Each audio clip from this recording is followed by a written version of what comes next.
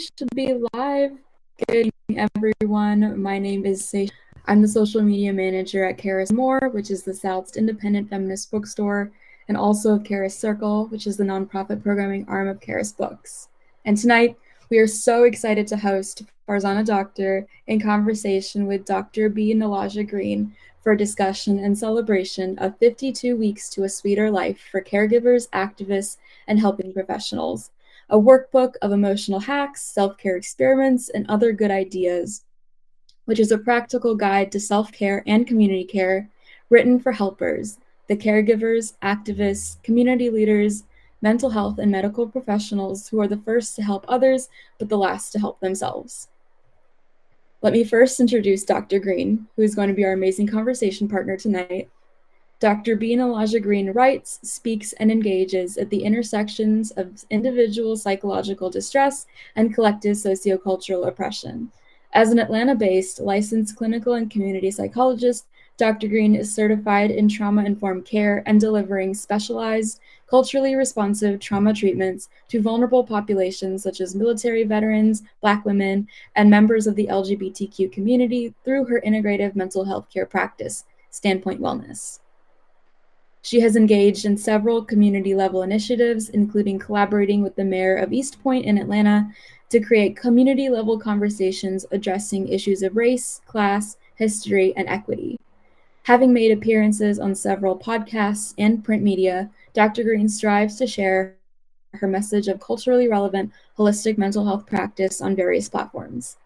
In service to her profession, she supervises, writes, and leads workshops and trainings, asking clinicians to cultivate their own radical introspective practice and to approach care of clients with greater cultural humility. And of course, the woman of the hour, Farzana Doctor, who is a Canada-based author, activist, and psychotherapist. She's written 4 novels, Stealing Nasreen, 6 Meters of Pavement, All Inclusive, and 7, and a poetry collection, You Still Look the Same. Her new self and community care workbook for helpers and activists, 52 Weeks to a Sweeter Life, has just been released, and we're celebrating it here tonight. In 2023, Farzana received the prestigious Freedom to Read Award. Look out for her forthcoming YA novel, The Beauty of Us, in September of this year. We are so excited to host these 2 incredible community workers with us tonight. And before I pass it on to Dr. Green to start the conversation, I just wanted to go over a couple quick Charis housekeeping things. Of course, I wanted to remind the audience to please leave comments, questions, and lots of love for our authors in the chat box. There's a Q&A session towards the end of their discussion, so if you have any pressing questions, definitely make sure to ask so they can be answered. And then, of course, I wanted to remind everyone that buying your book from Charis directly supports our work and allows us to keep putting on events like this. So if you want to purchase our tonight's book, you can click on that teal button right below all 3 of us, and you'll be prompted to order it from our website. Thank you so much. I'll see y'all towards the end. Thank you, Charis, for having this important conversation. Thank you, everyone, for joining us this evening. And last but certainly not least, thank you so much, Farzana, for being in conversation with us tonight. I am very excited to talk to you about this really important and I would say in many ways revolutionary work. I'm really interested in knowing more about you and more about kind of what inspired the work. So thank you for being here. Thank you. Thank you so much for agreeing to be the interviewer tonight. I listened to your bio and I just think like this is going to be such an amazing conversation. And I'm so happy to also hear from you on these topics. So let's have a fun conversation. And I just want to thank all of the people who are here and just reiterate, please feel free to comment, ask your questions so we can talk to you too.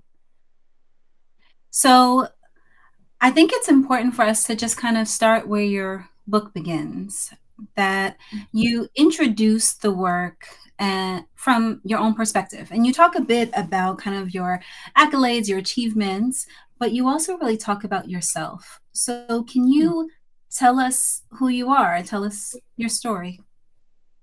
Yeah, thank you. Yes, I do have all of these memoirish bits, anecdotes throughout the book as a way to kind of normalize some of the things that I'm talking about. So I grew up in Canada. My family is originally from India. I was born in Zambia. We were there for a short period of time before coming to Canada. So I experienced what it means to be the child of immigrants, as well as being an immigrant at the same time, and all those kinds of stressors. I'm an FGMC survivor as well, and that's been a big part of my activism in the past, and a little bit still today. I'm a writer in the morning. I'm a psychotherapist in the afternoon. I'm trying to think what else to say. Well, we'll get into it later as you ask more questions. So there are so many intersecting identities that you're walking around the world with, right? Some of which are visible and some of which not so much. And so as we think about kind of this work, and part of what I think makes it unique is that you are a person of color who has written this. You are someone who is the child of immigrants and also an immigrant herself. Can you talk to us about how those intersecting identities have influenced how you think about self-care? Yes. And I'm also part of the queer community. And that's a big part of how I kind of learned about self and community care, because when you grow up in the queer community, it's a different kind of family. It's a chosen family. And there is much more of this kind of leaning on others for support and care, and navigating the world, at least initially, if you have a little bit of distance from from the family you grew up with. So when I was a young person, first coming to Toronto in my 20s, I was very much part of racialized queer community, and I really saw how much people took care of each other and really leaned into the politicized actions we needed. At that time, I'm talking about like the early 90s. At that time, we had no civil rights in Canada for queer folks, right? So we had to really lean into each other as well to do the political work that was necessary at the time. So it's hard to know which part of my identities created all of this, but that is one place where I was very much embedded in racialized queer community, and I learned a lot. So you just prompted me to jump ahead. I had like 3 or 4 questions I was going to ask before I'm going to ask this one, but we're going to just kind of flow. I think there's something about having the conversation of self-care in racialized communities that can feel counterintuitive, because so many of us are raised to think that our job is to achieve as much as we can, to not complain about it, and to be in service. And I think when we layer gender on top of that and immigrant stories, that those messages become amplified. Absolutely. So when I think about your work through that lens, I do really notice the revolutionary aspect of it, right? Similar to the work of Tricia Hersey, who you referenced, right? Rest is Resistance, and a local author here, Octavia Rahim, who talks about rest and practices rest and is a rest coach herself. And so can you talk to us about how self-care within the context of a queer person of color with a history like yours, how is self-care resistance or revolution? Yeah. And, I didn't come up with these ideas myself, so yeah, Tricia Hersey is one of those folks. I also quote at the beginning of the book, Audre Lorde, right? That iconic quote of hers, caring for myself is not self-indulgence, it is self-preservation, and that is an act of political warfare. And so because of the multiple oppressions that we experience and the obstacles that come from things like colonization and racism and all of the isms, I think that just surviving in the world and surviving well in the world is an act of political warfare. So I'm very much drawn to the work of those people who have come before. I'm trying to think what else. I think as well, so it does seem counterintuitive. I've actually heard people say, coming from my immigrant community, like that's just laziness, that's just selfishness. Why would I find time for myself? And I think if we think of self-care in a collective way, so this is where I draw the connections between self-care and community care. If we think of self-care in a collective sense, our self-preservation, our acts of warfare together, then we are not in this counterintuitive place anymore. We are about our community survival. Yeah. That feels so true to the experience of being a marginalized person, where community and self, there's always a conversation there. Mm-hmm. There's always an interaction there. And I can't take care of myself fully if my community is falling apart. And if my community is falling apart, then I have to care for that, right? Like there's no space Yes. to just take care of one. And so yes, no difference between the two. absolutely, absolutely. And I think it's important for us to not go too far in either direction, where our lives are all about, right, our community and we lose individuality, or we're so individual that community becomes optional. Yes, yes. That's something that I've been hearing a lot from activists recently. I'm very involved in activism around Palestine and now Lebanon. And one of the things that people talk about is, how can I rest? Look what's happening in the world. I have to keep going. I'm so exhausted. I'm falling apart. I'm not eating. I'm not sleeping. I'm not exercising anymore.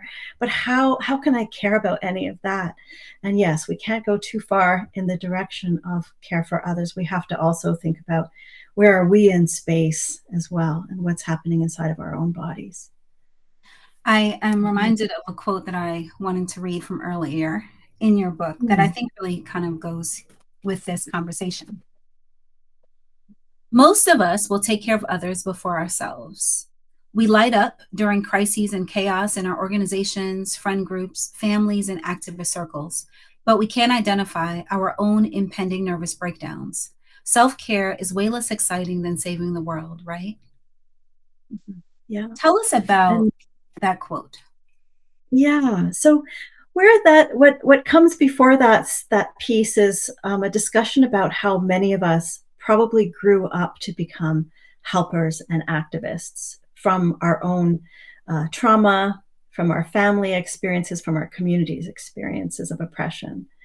So perhaps we were family mediators, perhaps we were the translators in our families. Maybe we were engaged in activism young because our parents were, right? So there were ways that maybe we learned young how to maybe kind of work above our pay grade, our emotional, mental pay grade. And so we learned how to do these things, but we didn't maybe learn how to metabolize messy emotions. We didn't learn how to have boundaries. We didn't learn how to figure out what's me and what's the community, right? We didn't learn those skills. And so we end up being helpers and activists as adults and having to learn these things, and sometimes having great role models who teach us and sometimes not. Thank you for bringing up boundaries. I work a lot with women and some men who have experienced trauma. And we have the conversation about boundaries a lot. And so often I run into clients who either consider boundaries to be punishment, right? Like if someone offends or violates me, then we get a boundary. Or boundaries are somehow an affront to a relationship, right? Like a relationship doesn't have boundaries. You don't say no to your kid. Like, how could it be that you could allow your kid to not have what your kid wants? Or if your kid wants to spend all of their time with you, like it's selfish, right? To take 15 or 20 minutes away. And I like how you talk about boundaries as actually a part of self-care, a part of mental well-being. And I wondered if you could talk a little bit more about how boundaries are not punishment, and they're not antithetical to a healthy relationship, but they actually are part and parcel of how we take care of ourselves. Yes. Yeah. And I think we learn to think of boundaries in those ways that you described because of the kinds of boundaries or lack of boundaries we were taught and the trauma adaptations that we have as a result of growing up without those boundaries.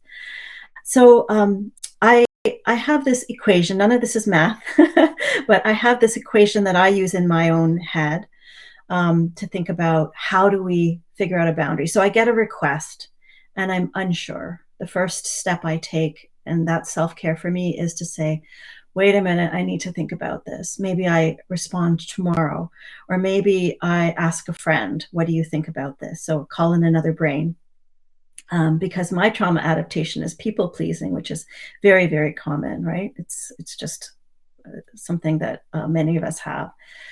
So the equation for me is what is my relationship to the person and what is my capacity? And I look at those two categories separately. So the relationship might be what is my professional role, perhaps, or what's my closeness, what's my connection to them, what's my commitment to them.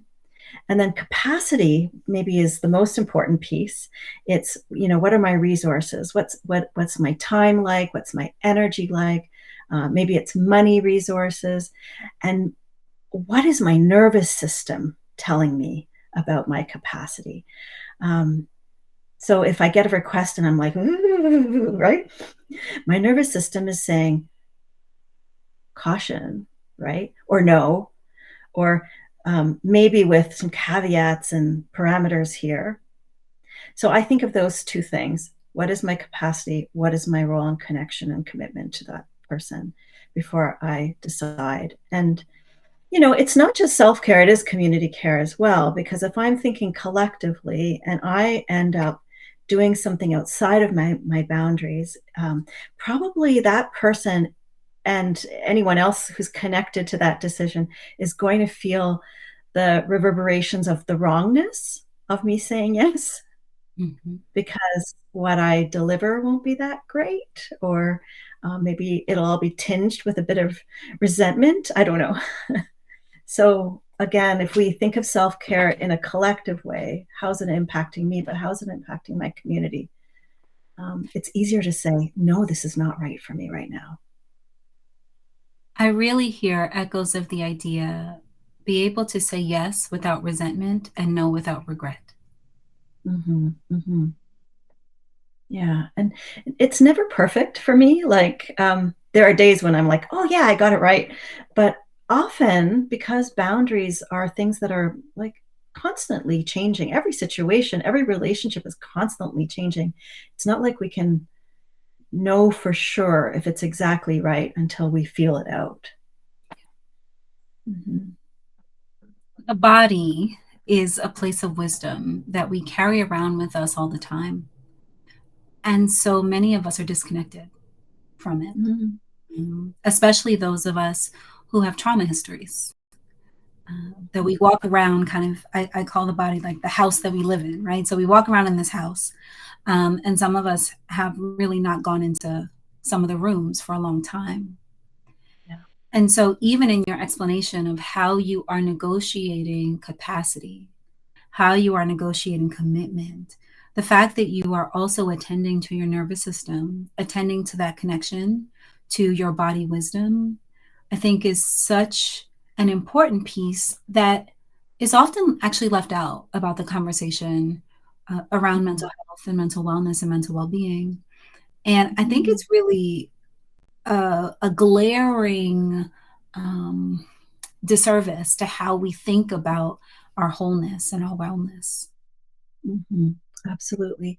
I had the benefit of taking a course with Linda Tai. I don't know if you've heard of her. She's just this amazing teacher around somatic work. And I had heard, the concepts of the window of capacity or the window of tolerance. People are renaming it capacity instead of tolerance because we don't want to tolerate. We want to be spacious in our capacity. I had been learning about that for years, but it wasn't until I took her course and she kind of made us get experiential in the course. It was online, but she She made us. I chose to participate, and there were ways that I was able to really feel into what is my window of capacity, and when am I starting to shift out of it, into hyper arousal or hypo arousal. And so that got something that became very fluent for me. So in this moment, for example, I'm sitting here and I'm talking to you, and there's a lot of overstimulating things happening on the screen. Thank you everyone for commenting, but I get overstimulated, but keep going. And I'm also just aware I'm trying to be articulate and all of that. So I'm just edging a little bit into hyperarousal, and I'm constantly, as I'm talking to you, I'm pressing my feet into the floor. I'm paying attention to my breathing, especially my out breaths, long exhalations. I might be doing some bilateral stimulation without anybody noticing because they can't see that I'm tapping my legs, right?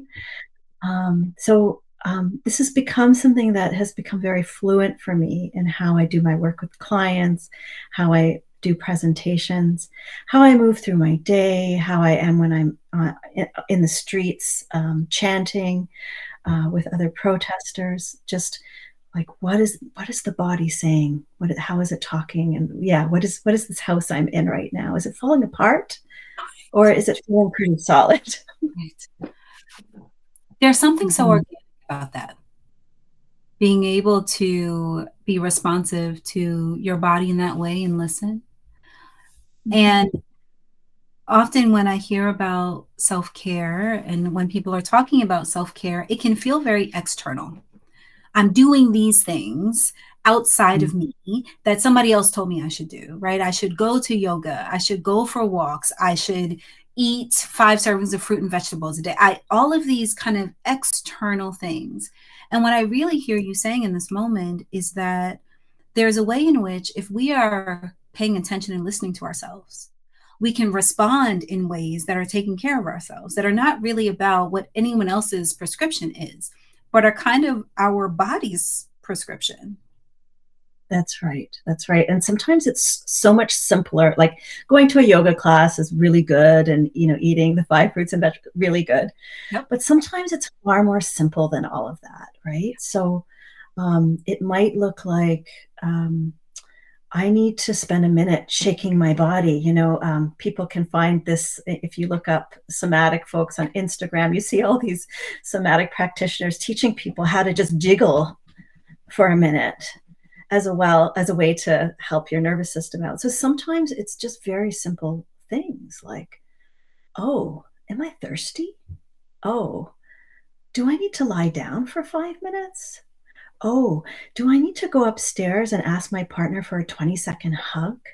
Oh, like, do you know what I mean? Like sometimes it can be these mini actions that don't have to take a lot of time. And, a yoga class, I used to do that as my form of self-care and then wonder, like, why wasn't I feeling better? And I wasn't in my body in the yoga class. I was focused on the teacher, and was I being a good student, people pleasing? How was I in comparison, to the other yoga bodies around me? So to keep it really simple and really small has really helped me. So I think about how much our keeping it simple can be interrupted by the stories we tell ourselves, the stories we've been told, the narratives that we have. So I can't go upstairs and get a 20-second hug from my partner because I need to finish these tasks on my list, or I haven't been productive enough. And so something that really will probably take 20 minutes to 5 minutes, I conceptualize as taking so much longer. And so then caring for myself in that way can become a barrier. Yes. And it makes me think about your chapter on internalized capitalism.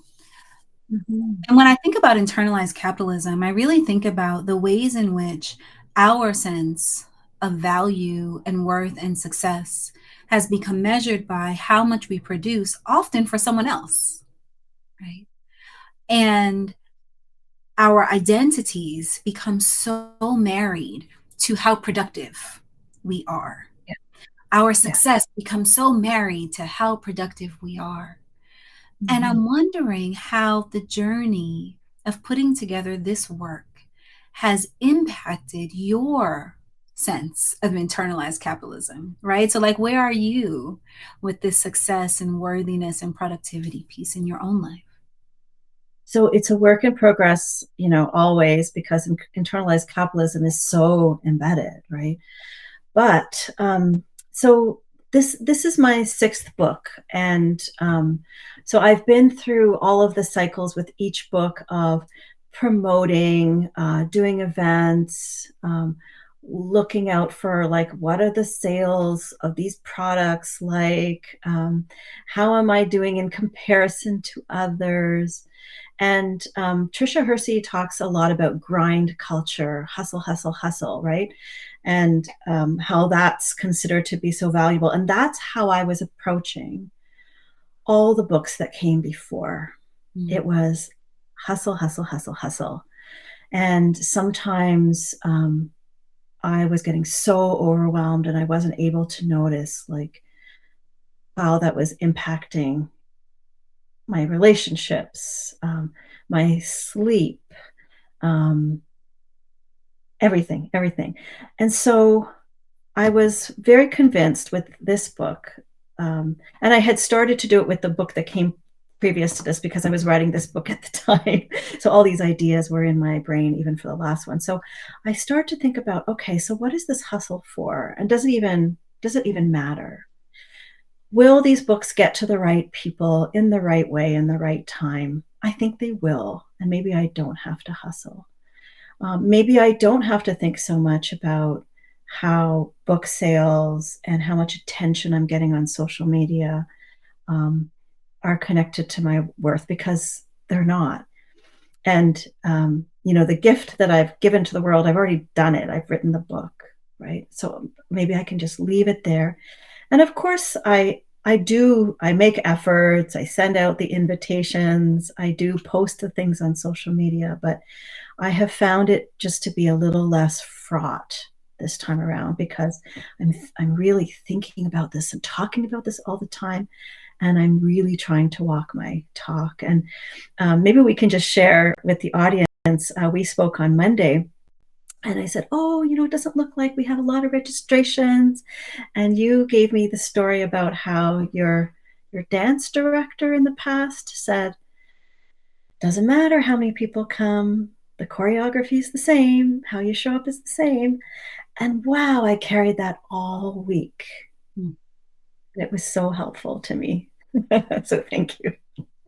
I'm glad to hear that. And it's something that also I'll have to remind myself of, right? Because I think hustle culture can be really seductive and really compelling. And for those of us who are kind of outside of employment, for example, and we are entrepreneurs or business owners, we often have to find our own metrics for success. And it's very easy to slip into those same really capitalism oriented metrics. Yes. How many clients are you seeing? How much are you earning? What kind of reviews are you getting? Yeah. Absolutely. Absolutely. And even when you kind of talk about being able to do the same things, but with a different energy, right? So that, yes, I'm still promoting, and yes, I'm still sending the emails, and I'm still having the author talks, but the energy is not so fraught. Yes. Yeah. Yeah. It becomes more fun and more authentic. Yeah. And for me, that's part of self-care. Is that, yes, I can engage in meaningful work, but I'm doing it from a place of joy or meaningfulness or fulfillment. I'm not doing it so much from this place of pressure and grind and depletion. Yeah. Yeah. And then if we again think of self-care in a collective sense, what we're offering the world is better. And also what we're asking from the world is better. Something I started to do around my fourth novel was I started asking for more help from friends and checking in with friends more often, not waiting until there was a crisis, for example, right? So reaching out, for asking for help, but also giving in a way that felt different. So when I think about asking for help, I often think about what it takes for someone to be able to do that. And I know that you have asking for help as another piece, another component of self care. Can you talk about what makes it hard specifically for caregivers and activists and helping professionals? What makes it hard for them to ask for help? And that's what they do, right? What they do is help. So why would that They be do different? And this is something that I've been doing a lot of thinking about, because I also I provide clinical consultation to social workers, and often when they're in a really rough place, like they haven't been able to reach out for help, they haven't been able to do self-care, when I do make those suggestions about who can you talk to about this, they're like, no, I can't do that, I can't do that, I can't do that. And so I think it's it's internalized capitalism for sure. I think it's also, so it's external stuff, but it's also the internal. So, what is the trauma adaptation? What was it like to ask for help when we were kids? And what harm might have come to us when we asked for help? Um, what was the rejection we might have faced? Sometimes people will tell me things like, I can ask for help, but it'll be the wrong kind of help because I don't, they don't say this, but I'll say, because you don't know how to give people instructions on what you actually need. And so many of us who are helpers and activists and helping professionals, we come across to our friends like we don't need anything. And I think sometimes when they see us having a hard time, they back off and they're like, oh, we shouldn't bother her. She's probably just trying to rest or whatever. So we get into this bad loop, I think, of not asking because we don't know how to ask and we have the trauma adaptation. And then our communities sometimes don't know how to help us because we haven't said, this is what I need. It feels risky to ask. Absolutely. Absolutely. And I wonder if part of that risk is also connected to the cultural pieces. I know as an African American woman, my examples of women did not include women who asked for help, or men, actually. That help came when someone was in the hospital, right? Or someone was so ill that they could not do for themselves. That's when help came. And so thinking about your identities. Oh, go ahead. I'm going to ask you, so what do you think that's about for your community? Why do we have to wait for the crisis? I think the short answer, right, is really wrapped up in the strong Black woman paradigm for many women and John Henryism for men. And John Henryism says that you work yourself to death, essentially. That there is no room to ask for help, that men, right, in the traditional kind of notion of masculinity and how it's been constructed, that they don't ask for help, they don't need help. They just put everyone and everything on their shoulders. And the way Black womanhood has been constructed, partially as a trauma adaptation from a cultural perspective, is you pick up the weight and you don't complain. Like you just take care of the family and you take care of the extended family and you do so much community care that there is no room for self-care. And so you can only ask for something when you have exhausted all of the other possibilities with helping yourself. And after you ask Jesus, right? Because you be a good Christian and pray about it and wait on God, right? So I think those paradigms have influenced that in my community. What about for you? Yeah, so I think you mentioned it earlier. Some of the immigrant stuff has to do with, so we're all colonized people to begin with, right? And what we know that that colonization has impacted us in so many ways. So we must behave. We must not rock the boat. We must not complain. We must be grateful, so grateful. We must experience all the microaggressions and the racism, but not say much about it, right? So I think that that's a piece of it, is that we're not supposed to speak up very much about things. And I think we can change the culture, though. We can it's small steps, right? But we can change our cultures. And I think about how some of the organizations that I work with are starting to change just their organizational culture. And I think we can think about how this would work on a more micro level within our families and our friend groups and that kind of thing.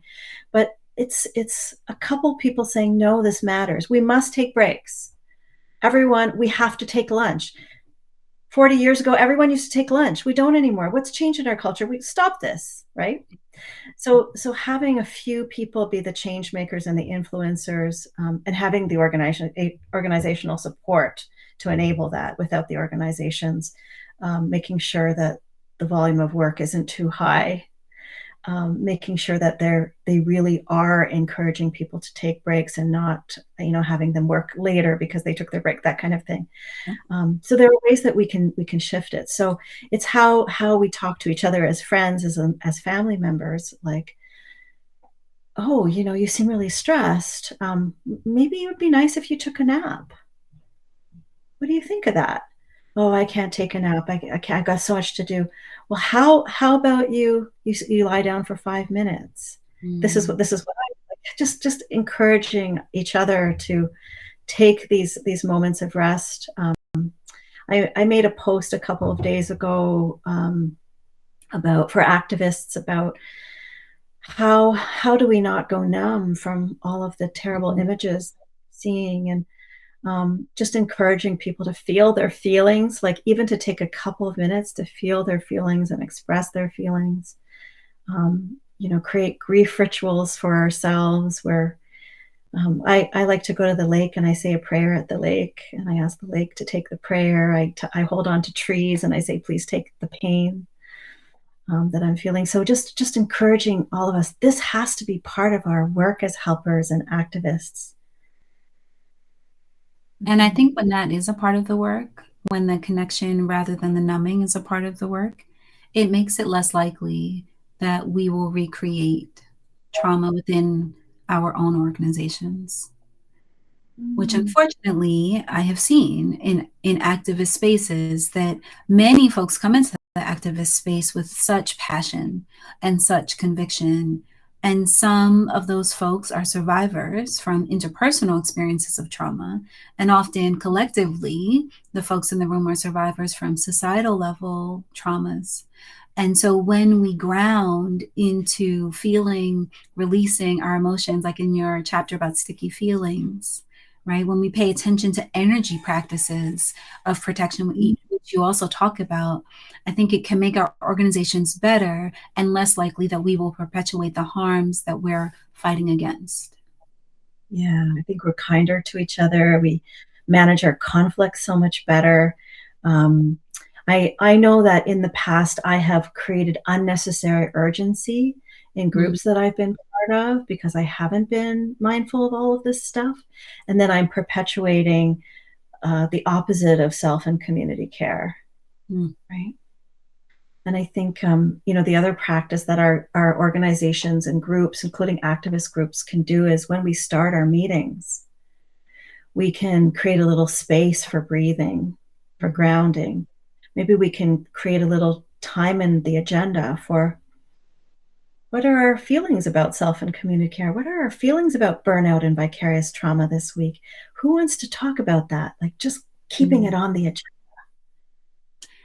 So if you were to give us a prescription, right, for how to feel our feelings and then how to release those sticky feelings, because often I will have clients who say, okay, Dr. Green, I'm convinced I need to feel my feelings, but how?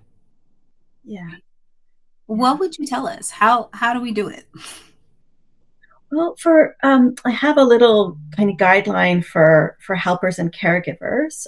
It's a little exercise that I think probably people will adapt to their own needs. But how it works is you review your day and you notice what were the memorable interactions you had during the day. So for me, I saw a few clients, I had a bunch of emails, and I'll remember what were those interactions.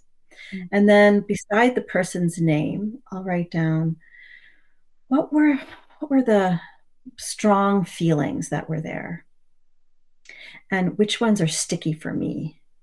So maybe I've spoken to a client who was feeling a lot of despair, and now I'm feeling hopelessness. So I might write down hopelessness as my sticky feeling. And so what I do next is I pay attention to the boundaries. So what was my role? What was my task? Did I do what I was supposed to do? Is the work done? Have I done enough? Mm. Sometimes that's all that I'll need to do, and the feelings unstick themselves. Sometimes I'll have to go a step further and think about, are these feelings actually mine too? Did they trigger me with my own stuff? And then I'll need to do a little bit of work. And sometimes it's just the acknowledgement that helps it unstick, actually. Like sometimes I don't have to do like a therapy session on it. But yeah, if I need more release, then I do the things like going for the walk, touching the tree, asking the lake, that sort of stuff. Yeah. Talking to a friend. Mm-hmm. And I think that kind of exercise also allows us to identify what's ours and what's someone else's. So, Yeah. are my feelings of heaviness, helplessness, powerlessness, despair, are these mine? Or did I absorb them? Yes. Because I think you're right. We do different things. If they're mine, then I have to do some work around that. But if they're not mine, then, and I acknowledge them, I can release them and let them go. Yeah. I did enough. Yeah. For that person. Yeah. Mm-hmm. Wouldn't it be interesting if that was our measure, or at least one of our measures of success? Did I do enough? Did I do enough? Did I show up the way I needed to show up? Is this work done for this moment? Yes. Yeah. And did I do it according to my capacity instead of Yes. over capacity? Absolutely. Absolutely. Mm-hmm. Absolutely. Wow. So I know that we are kind of coming close to time. I was just looking kind of at my watch. And I wanted to ask about this idea of small wins. And you kind of talk about celebrating and acknowledging these small wins along the way. 52 weeks, right, is kind of a long time to commit to a journey. But I actually think it's enough time that we are not on a trend or engaging in a fad, but we really are shifting our life. And it feels to me in reading this book that what you are advocating is a shift in how we live. Not just how we do one or two things, but our relationships to ourselves and to each other. And to me, right, that does take practice. It does take, and we're gonna slip out of the practice from time to time, and then I used to do that thing. Oh, what about that thing? Absolutely. Yeah. And so, of course, when we have such a long time to practice and we slip out of that thing, there has to be something that keeps us connected to the journey. And I think about small wins that way, or acknowledging small wins. Can you kind of talk about the relationship between acknowledging kind of this and celebrating along the way? Yeah. So I think a little bit about the times that have been really hard in my life, and the ways I learned the small, simple strategies to help me. And so I'll be having a really rough day. Maybe I have been scrolling social media and I'm seeing the news in the world, and I'm seeing like some really horrific images, right? So a small simple thing that I'll do is I'll get up and I will dance, or I will shake, and I'll be able to say to myself, wow, like I remembered to do that. I didn't just stay on the couch with my phone continuing to scroll, but I actually said, this is having an impact on me. I need to release it from my body right now. So when I manage those little kinds of things, it's like I celebrate those little things. Every time I remember to talk to the lake, I'm like, oh, I talked to the lake today. So I think we do have to acknowledge every time we get it kind of right for ourselves. Yeah. When we manage to remember, when we drank enough water today, we just have to remember that, like, all of these things are difficult. We're being slammed in so many different directions. There's so many pressures and expectations upon ourselves. So when we're managing to find a little bit of balance, even if we slip out of the balance, 10 minutes later, it's a win. Yeah. It's our survival, it's our self-preservation, and then it's our community self-preservation. Absolutely. Yeah. And maybe similar to what you were saying earlier about capacity, the more we do that, we grow our capacity. Because we are filling ourselves up. I imagine when we do acknowledge, I remember to talk to the lake today. I remembered to take a walk today.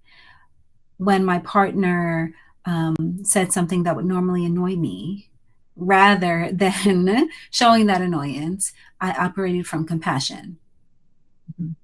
Yes.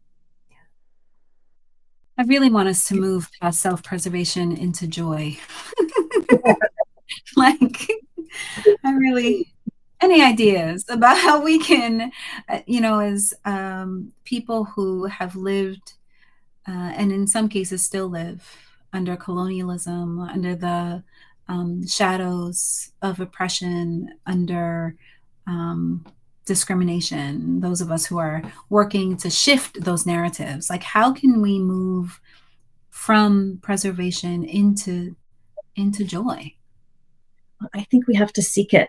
We have to intentionally seek it every day. And I think I might have a week on that. Yeah, it's one of the last weeks. It shouldn't be the last weeks, but it's in the last weeks. And yeah, it's just finding anything that inspires your awe or inspiration or joy or fun or laughter, and just making sure that you're looking for that each day, because it's all around us, right? Like, I might be really glum walking to the lake, and then I'll notice a rose bush, but I have to actually intentionally seek those things out. Yes. So that I'm paying attention, because the joy is all around us too. Yeah. If we can be mindful, if we can pay attention, if we can suspend judgment, we can experience it. Yeah. And so for everyone who's listening tonight, if no one has ever given you permission to experience joy, to take care of yourselves, you can remember that we tonight are saying you have permission. It is your right. Yeah. So I know where we are in time, and I see a couple of questions. And so I'm going to try to ask them as they were intended. And if I get them wrong, folks, please feel free to retype, because I want to make sure I'm getting it right. So one of our folks, Yolanda, asked, perhaps our practice might offer us an opportunity to flip the focus. And could that shift and recalibration bring about more sustainable energy, pleasure, peace, and freedom holistically? And I think that's talking about, Yolanda, can you help me understand, shift the focus from what? If you're still there.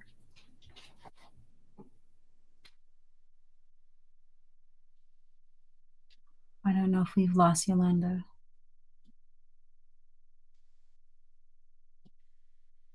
Maybe it's flipping the focus from capitalism. Earlier on, there was some conversation about capitalism. I think that might be the case. I'll respond to it. I don't even know what this is. Okay. Self-care is counted as... What was the response to Nazia's point?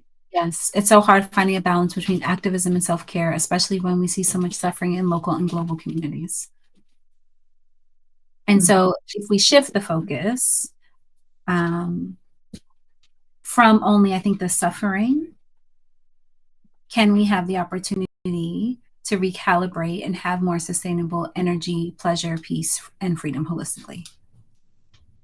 When I've been going to rallies and protests recently, I mean, I go because it's collective action, and that's really important. And I know I'm doing a thing in relation to that. But I also want to see some of my friends at those events. I want to have a little bit of fun. I want to release some of my rage during the chanting. So I will often think of it as I am going for this outing because it's this community care practice. It's actually good for me. It's so much better than me sitting at home alone in fear and rage. So that's a way that I flip the focus. When it comes to doing my work with clients, years ago, I might have felt very heavy about the work, like, oh, I've got to see clients today. Oh, I might have felt just coming to it with that kind of like tiredness and maybe a little bit of like dread. And years ago, I started saying, wow, I get to do this work. Like, this is sacred work. These clients are amazing people. Like, it's such an honor. Like, how do I get to do this? Right. So that's another way to flip the focus in how we see the work. And that's not to ignore that it is tiring too and can be hard, but it's a different way to approach. This reminds me of what we were just talking about with being mindful. Because I think if we're mindful to each moment, we recognize that there are multiple things happening at once. So yes, I'm at a rally, and the rally is to protest the atrocities and the genocide in Palestine. And I'm also lifting my voice in community with other people who I care about and I love. And so while there is the recognition of suffering that's happening, there's also tremendous love. And there's also courage that's happening here. And maybe there's also some fear about what might happen, but all of these things are happening at the same time. And when I hear you talk about approaching kind of the work in a nuanced way, I'm hearing that we can really be alive to the present moment and all that the present moment has to offer, and hold those things. The multiplicity of it all. Yeah. Mm-hmm. Mm-hmm. Absolutely. Absolutely. Which also reminds me of your chapter on vicarious trauma and burnout. Mm-hmm. Because I imagine that when we lose energy for the work, when the work does feel like a burden, whether that work is the work of caregiving, that work is the work of political activism, that work is the work of being a helping professional, when that light, that spark is no longer lit, perhaps we can recognize that as a warning sign. Yes. Yeah. And, I think burnout primarily is a structural issue. Like it's primarily about capitalism and the way our organizations run, how worker rights are sometimes not valued, all that kind of stuff. But where vicarious trauma comes in, that's when it's about us absorbing the pain. And some of that is about the structural, because we're not given enough time to process and that sort of thing. But I think that what can happen. Sorry, something just popped up on my screen. I need to close that. Okay, we're back. Sometimes what can happen is we absorb so much pain and we are not awake to it, and we don't have the skills to be able to release it. And then our light does get dimmed in the process. Yeah. And so if we're sort of on the lookout for the signs of burnout, if we're on the lookout for the signs of vicarious trauma, we can address it early, and we can figure out like what is our strategy to jump in and rest and find support and care. It is so much easier to avoid burnout than to recover from it.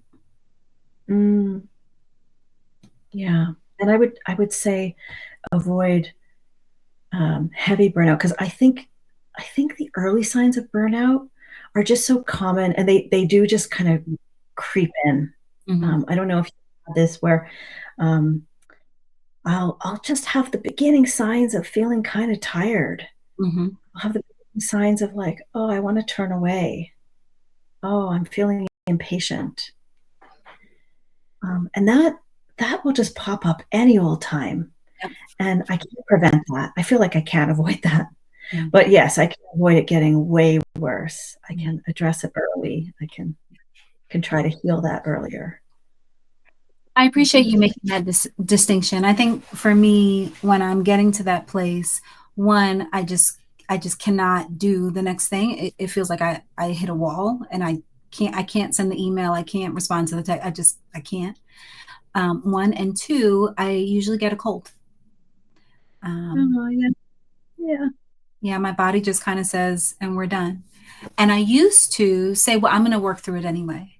And so then I would have a cold for 2 weeks.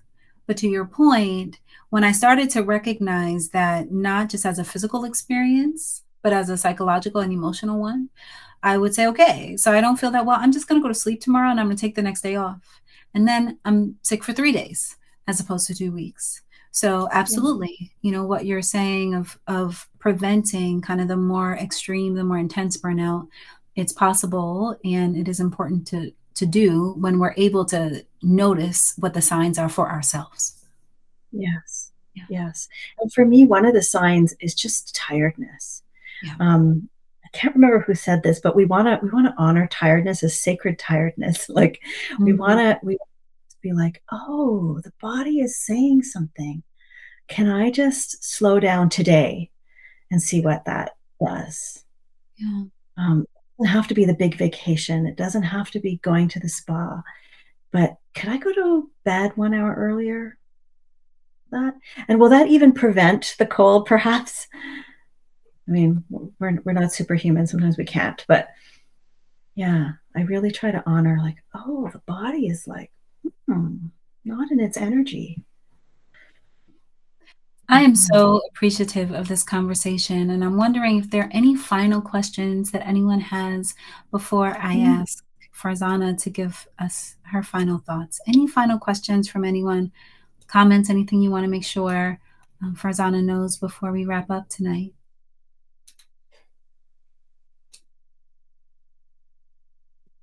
Well, is there anything you would like us to know? What do you want to leave us with this evening?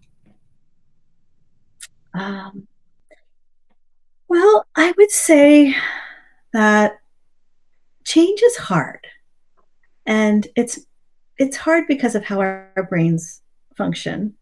It's not because we're silly or not committed or lazy.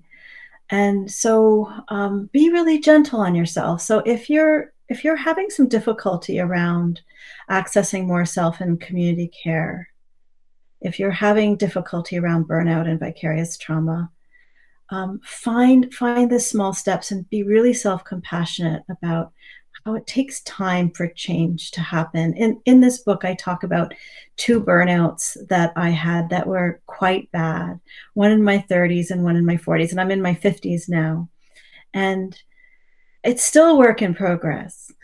It's much easier with each decade, but know that it takes time and be really self-compassionate if it's hard for you. Compassion is key. There's a question. Do we have time for Allison's question? This is a good reminder. I'm sorry, Allison. Question area. It's in that box. I say yes. Realize I don't have the capacity. Are there strategies for backpedaling? Yes. Oh, sorry. I totally didn't see that question. Apologies. Please go. Yeah. So I think you just apologize. I think it's beautiful role modeling to say, listen, I said yes to that thing and I'm really sorry, but I didn't really pay attention to my capacity and my other commitments. And I'm really sorry, but I just can't do that.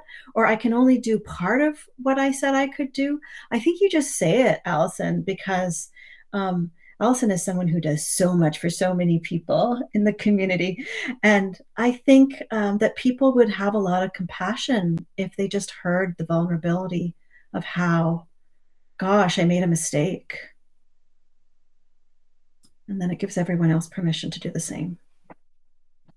We always have the right to change our minds. Yeah. Thank you, Allison, for pointing that out. Apologies for missing that question. I think we are kind of at time. Our friend from Charis is going to lead us out. And I just want to say a huge thanks to Charis Books as well for And to you, Nilaja, for all of your beautiful questions, and to everyone who's been here today. Oh, it's my pleasure, Farzana. Thank you. All right. I'm sorry. It's always so hard to be the person that has to wrap up like interesting and important conversations. But friends, our evening is coming to an end. I also wanted to give everyone an opportunity to show our authors some love, some support, some celebrations in the discussion in the chat box, because this was a really incredible discussion. Also, thank you to the audience for being so engaged, leaving comments and questions. You guys are amazing. I think everyone is walking away with wisdom and clarity tonight. So thank you both for that discussion. Audience, if you would like to purchase 52 Weeks to a Sweeter Life from Charis, you can click that teal button below us. And that supports our work so we can keep putting on more events like this. But of course, from Charis, thank you everyone and have an amazing rest of your night.